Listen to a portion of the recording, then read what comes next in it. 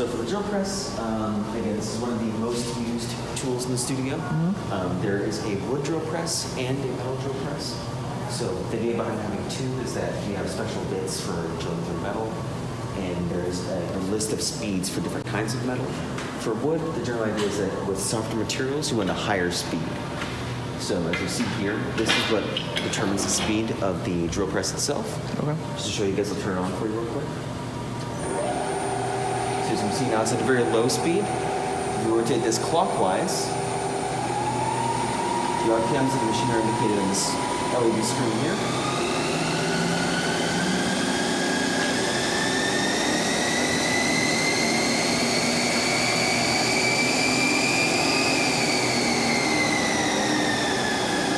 So for cutting softwoods, you generally want higher speeds. That's just for a better quality of cut, and it's also recommended for softer materials. So in this case, I'm arbitrarily going to around 2,000 RPM. So we'll stop it for now. To stop the machine, you press the red button here. To turn the machine off, you press the button. Okay, cool. So you said why we are using 2,000 RPM? So the idea is that for softer materials, use higher speeds. Okay. I think it's just for better cut, or in this case, drilling quality of the hole. And just kind of a little trick here, as you notice, if I press the button now, it will not turn on. So in order to turn on, you have to pull this back out. This is called the E-stop, by the way, emergency stop.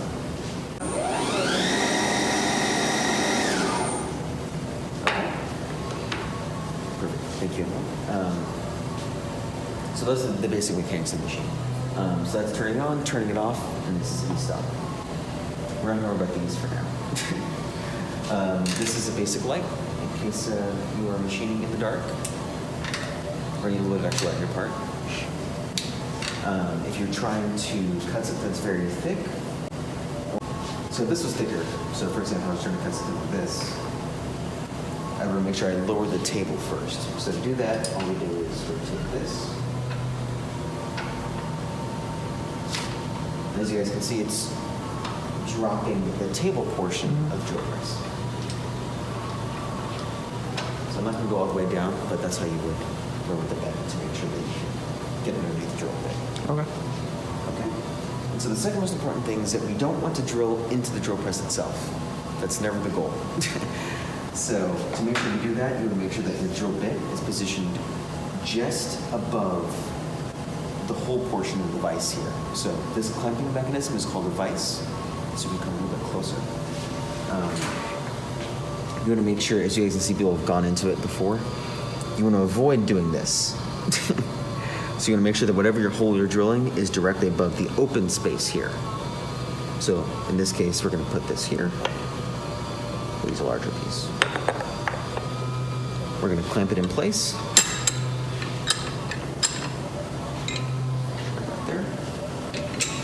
And again, since you're usually drilling wood in here, you want to make sure you're not clamping it too hard because that will warp the wood and potentially damage it once you drill through it. In this case, we're going to rotate this up.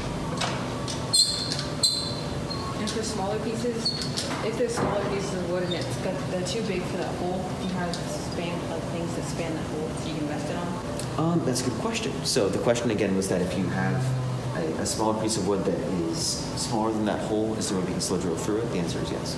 So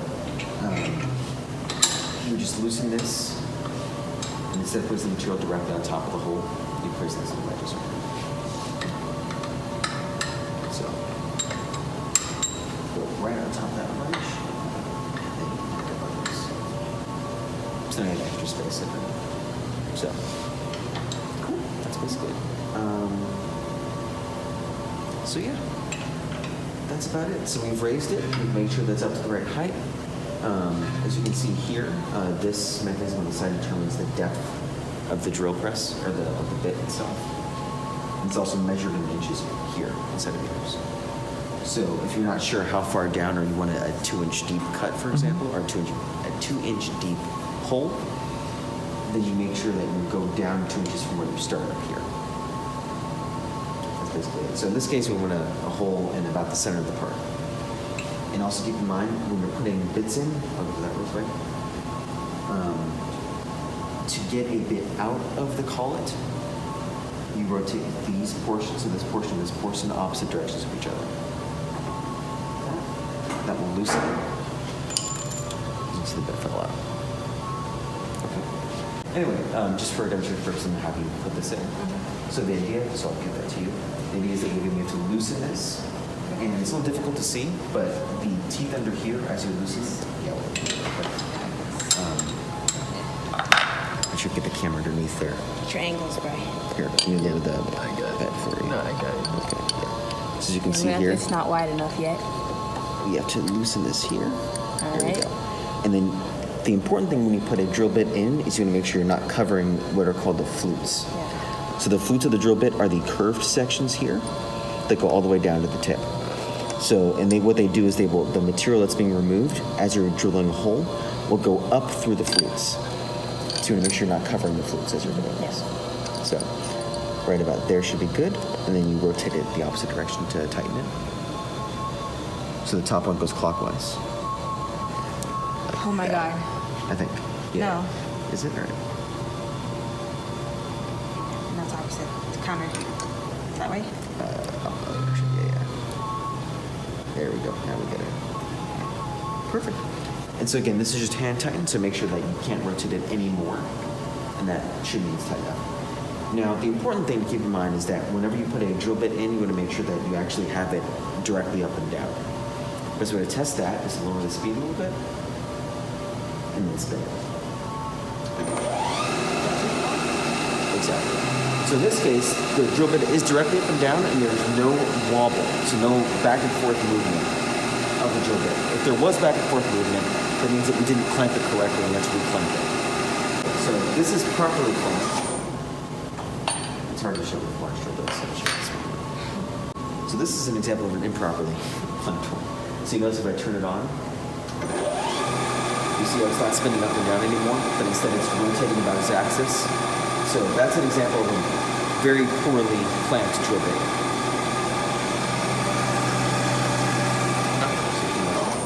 Oh, center. All right, let's go and clamp it in place.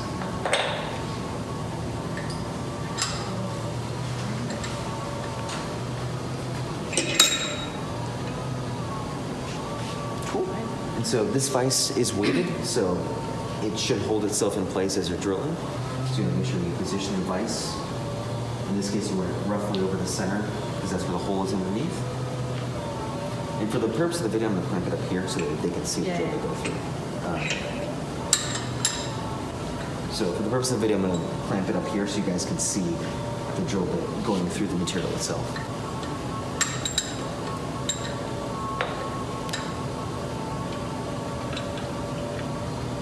Alright, so now we have it clamped in place.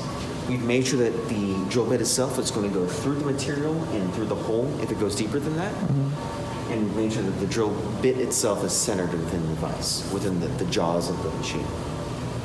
Okay, so what we'll have to do is to drill a hole. And make sure to bring the speed back up to around 2,000 RPM.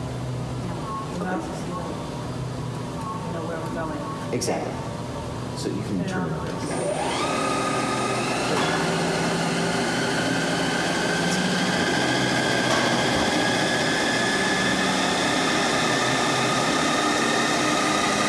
So one note I'm going to make before we start cutting is that drilling, is that we want to make sure that we're not just punching through the material. So for example, let me pull this out. So we're going to start small. We're going to go back up a little bit, go a little bit deeper, go back up again, and then drop back down for the final pass. As you can see, I'm all the way through the material at the bottom now. So we go back up. And stop the machine. So what's the purpose of going up and down and not going all the way through? Great question. So for material like this, it doesn't quite matter as much.